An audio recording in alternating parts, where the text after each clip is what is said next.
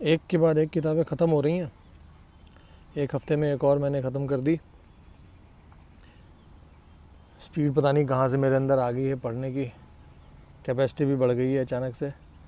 जहाँ दिन में 4-5 पन्ने पढ़ते थे वहाँ 10, 15, 20 तक हो जाते हैं, कभी कभार तो 50-60 भी हो जाते हैं सैटरडे संडे में। और उसी में ये हु गोज़ देयर पूरी हो गई एक हफ़्ते के अंदर ही। John W Campbell 19 early 20th century के राइटर, साइंस फिक्शन के, बहुत बढ़िया। तो उनकी ये कहानी थी हु गोज़ देयर, जिसको मैंने एक हफ़्ते में पूरा कर लिया। किताब और कहानी के बारे में कुछ कहूँ तो थ्रिलर, हॉरर, साइंस फिक्शन और इन सब को मिश्रित अगर आप करेंगे तो कुछ ये मिलेगा आपको, हु गोज़ देयर। अब हु गोज़ देयर की कहानी शुरू होती है अंटार्कटिका में।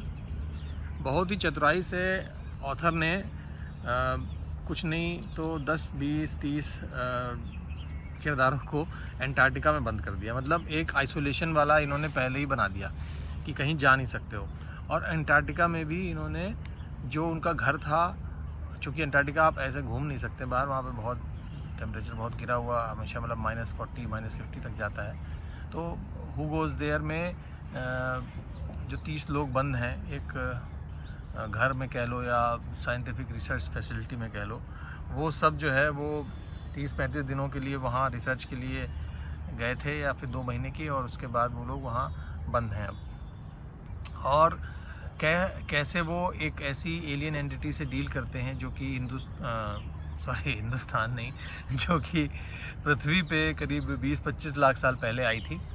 और 20-25 लाख साल के दौरान वो अंटार्कटिका में अटकलें लगाई गई। जो साइंटिस्ट इसमें गए थे वो ये अटकलें लगा रहे थे कि ये 20-25 साल में गलती से यहाँ गिर गए जहाज़ इनका, और तब से ये परमाफ्रॉस्ट जो वहाँ पे है, परमानेंट फ्रॉस्टिंग जो होती है, परमाफ्रॉस्ट जिसे कहते हैं, तो उसको उसमें फंसा हुआ था। ये कहानी है कि एक साइंटिस्ट लोग क्या करते हैं, कुछ उन्हें स्पेसशिप टाइप की मिलती है वहाँ पे, क्या कहते हैं आपका, अंटार्कटिका में, जब ये लोग खुदाई कर रहे होते हैं और गहरी परतों में उसको खोदते हैं, क्या कहते हैं, बर्फ़ को वहाँ की, तो उन्हें एक बहुत पुरानी और दबी हुई स्पेसशिप मिलती है।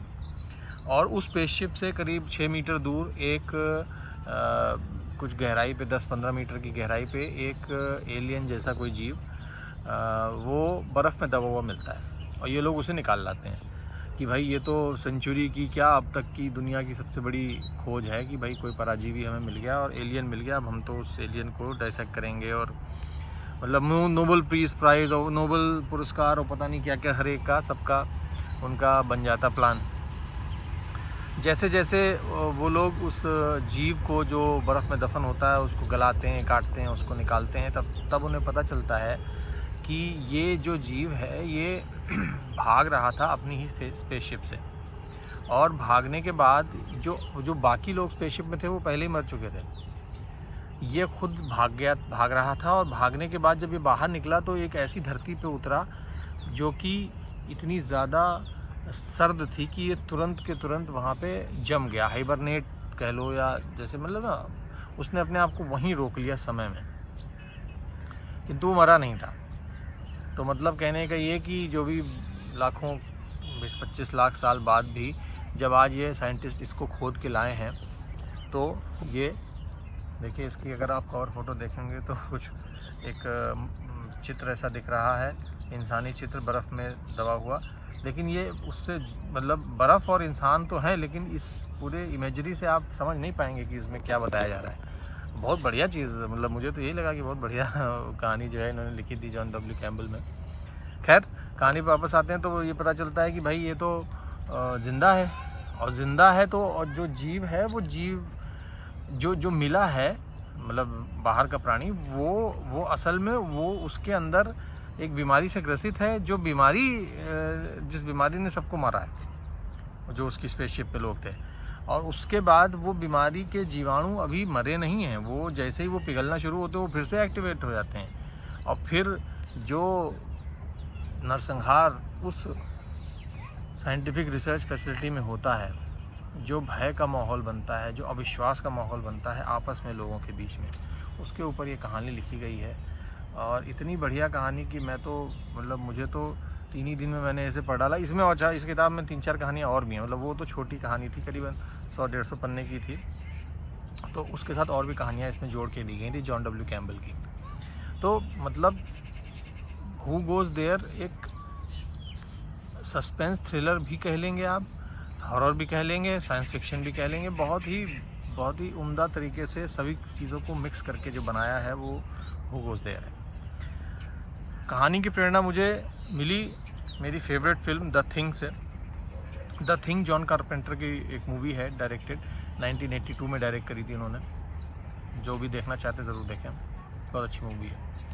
क्रीचर हॉरर में अब तक की सबसे अच्छी फिल्मों में से एक इसी से प्रभावित हुई है, वो मूवी इसी की प्रेरणा से बनी है, हु गोज़ देयर की। तो जॉन कारपेंटर ने ये कहानी अपनी मूवी में दिखाई है, कुछ बदलाव कर दिए लेकिन काफ़ी हद तक कहानी यही है। हु गोज़ देयर बहुत ही बढ़िया किताब है, मुझे बहुत अच्छी लगी। मैं ऐसी कहानियाँ आगे भी पढ़ूँगा जिनमें जो मूवी मैंने देख रखी हैं वो मूवी अगर किसी नावल पे बेस्ड है तो वो नावल पढ़ के अलग मज़ा आता है। आपको पता चलता है कि नावल का ऑथर कैसा था, उसने क्या सोचा, उसने क्या सोच के क्या लिखा, क्योंकि डायरेक्टर तो हमेशा अपना एक विज़न दिखाता है। आप जब पढ़ रहे होते हो तो आप खुद डायरेक्टर बन जाते हो और आपके दिमाग में आपके डायरेक्शन में एक मूवी चल रही होती है। कहानीकार आपका लेखक होता है लेकिन डायरेक्टर आप होते हो, तो आपको मज़ा अलग आता है उसका। तो इसी के साथ बहुत छोटा सा रिव्यू था मेरा हु गोज़ देयर का। बहुत बढ़िया लगी मुझे, क्योंकि मेरी तो फेवरेट फिल्म ही थी, तो मुझे कहानी भी उससे भी बढ़िया ही लगी। मुझे तो कहानी भी उतनी अच्छी लगी जितनी फिल्म थी। पढ़नी सबको चाहिए। थोड़ा ऑब्सक्योर राइटर हैं जॉन डब्ल्यू कैम्पबेल। अरे अभी तोतों का झुंड निकल गया यहाँ से। यहाँ पे इस पार्क में तोते नहीं दिखते हैं, देखिए तो, लेकिन आज मुझे एक तोते के झुंड दिखाया। ओके, ओहो कहानी वापस आते हैं। तो जॉन डब्ल्यू कैम्पबेल बहुत फेमस नहीं है साइंस फिक्शन राइटर बाकी लोगों की तरह, लेकिन कहानी इनकी जो बाकी कहानियाँ भी इसमें लिखी हैं अच्छी लगी मुझे। सारी पढ़ी नहीं मैंने, क्योंकि ठीक है जो पर्पस था वो सॉल्व करना था, हु गोज़ देयर पढ़नी थी, लेकिन इनकी बाकी कहानियाँ भी ठीक थी। और आगे मैंने थोड़ा सा हिंदी साहित्य पे कंसंट्रेट करने की सोची है, लेकिन उसके लिए मैं एक दूसरा वीडियो बनाऊंगा तो उसमें बताऊंगा। और इसी के साथ मेरे साल की 11वीं किताब ख़त्म हो गई और शायद मैं इस साल 12 किताबें पूरी कर ले जाऊँ, उम्मीद तो यही है। इसी तरह वीडियो बनते रहेंगे। चलिए, धन्यवाद।